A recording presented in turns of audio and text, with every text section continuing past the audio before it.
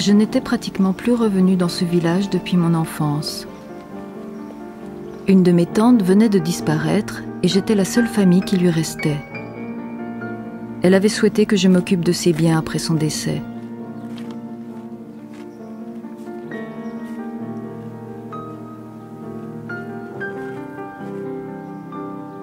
J'ignorais que le hasard allait me faire découvrir une des pages les plus ignobles de notre histoire.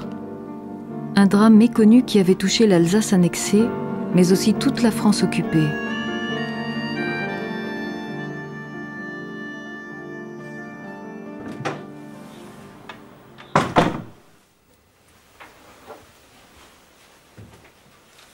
Il m'avait fallu faire un tri dans la maison qui allait être mise en vente, afin de récupérer quelques objets intimes et décider de ceux qui pourraient intéresser les brocanteurs.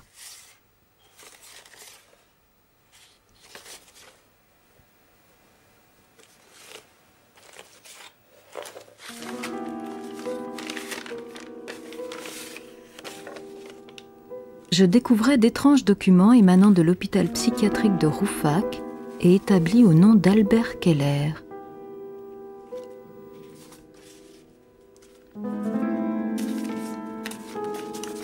Keller, le nom que portaient ma mère et ma tante Clara avant leur mariage.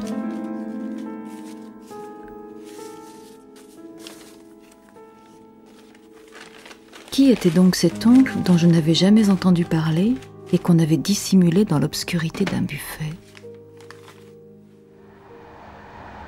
J'avais pu convaincre Jean-Paul Deutsch, un cadre retraité de l'hôpital de Rouffach, passionné par l'histoire de cet établissement. Il avait accepté de chercher dans les archives une trace de mon oncle. Oui, effectivement, madame, on a retrouvé le dossier de votre oncle, oui, qui était hospitalisé ici, interné donc de 1934 à 1940. D'accord. Et alors, qu'est-ce qui s'est passé en 1939 Oui, alors, puisque le front se rapprochait, il y avait le risque que les Allemands viennent traverser le Rhin. Donc, ils ont pris des précautions à la préfecture. Ils ont demandé à l'administration ici que les malades soient évacués vers l'intérieur de la France, à savoir vers les hôpitaux du Cantal, de l'Aveyron, de la Lozère, etc.